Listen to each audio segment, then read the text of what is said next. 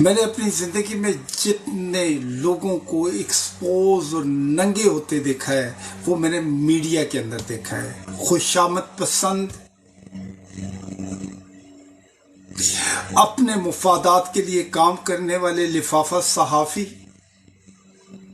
اس ملک کے ساتھ ان کا کوئی لینا دینا نہیں ہے. وہ صرف اس ملک کو ایز اے گرانٹڈ لے رہے ہیں. وہ کہتے ہیں چلو یار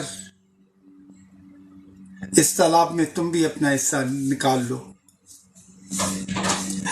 تو جب تک آپ جاگیں گے نہیں اس وقت تک کوئی آپ کو ہیلپ نہیں کرے گا. عمران خان بیچارہ جیل میں پڑا ہے، کوئی آئیڈیا نہیں ہے اس کو کب نکالیں گے. بہنیں مائیں جیلوں میں پڑی ہوئی ہیں، کوئی ان کی وہ نہیں. ایک دفعہ کیا ہوگا، کوئی جج صاحب آج کے 2 مہینے بعد 1 مہینے بعد فیصلہ کریں گے نہیں یار ان خواتین کو چھوڑیں، اور اس کے بعد اس جج کو ہم ہیرو بنا لیں گے، اس کو سلوٹ ماریں گے. وہ گھٹیا آدمی اس وقت کیا کر رہے، کیا اس وقت سویا ہوا ہے؟ بڑے بڑے کویسچن کرتا ہے جج کے جب وہاں بیٹھ کے عدالتوں کے اندر. لیکن اس وقت جب اگر اس کے گھر والوں کے ساتھ ایسا ہو جیسا ان خواتین کے ساتھ، ان بزرگوں کے ساتھ ہو رہا ہے، تو پھر سوچے پھر کیا ہوگا. سوچنے والی بات ہے. یا تو تماشا دیکھیں یا اس تماشے کو بند کریں. یہ ٹائم ہے اٹھ کے کھڑے ہونے کا، بات کرنے کا، ریزسٹ کرنے کا، رائز اپ ہونے کا. کیونکہ اللہ تعالیٰ بھی ان قوموں کی مدد نہیں کرتے جو قومیں اپنی مدد خود نہیں کرتی ہیں. یار چھوٹا سا پاکستان ہے، اس کو ہم لوگوں نے کیا وہاں پہ ہم نے جنجال پورا بنایا ہوا ہے. دوسرے ملک کے جن کے 26 ہوئے ہیں، جن کی رقبہ پاکستان سے 3 گنا زیادہ ہے، 4 گنا زیادہ ہے، وہاں زندگی کا نظام چل رہا ہے. ہم لوگ ابھی کشمیر کے لیے بات کریں گے، فلسطین کے لیے بات کریں گے، لیکن اپنے گھر میں جو غلامی ہے اس کے لیے بات نہیں کریں گے. ہم عافیہ صدیقی کے لیے بات کریں گے، لیکن ان عافیہ صدیقی اس کے لیے بات نہیں کریں گے جو ہمارے گھر میں ہیں، اس وقت زندان خانوں میں. ہم ظلم اور افطائیت کی بات کریں گے، لیکن اپنے ملک کے اندر جس طریقے سے چھوٹے بچوں کو مارا گیا ہے، جس طریقے سے بزرگوں کو مارا گیا ہے، جوانوں کو غائب کیا گیا ہے، اس کی بات نہیں کریں گے. So think about it. اگر پاکستان کو بچانا ہے تو you have to get up مین.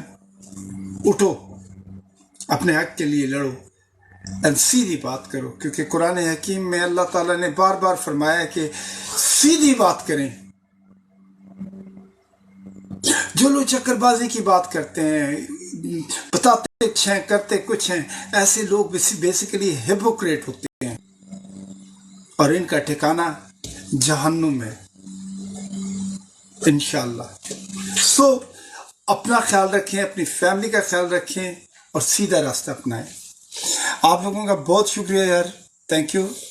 اللہ آپ کو جزائے خیر دے. خوش رہیں، ہنستے مسکراتے رہیں، اور اپنے لیے لڑیں.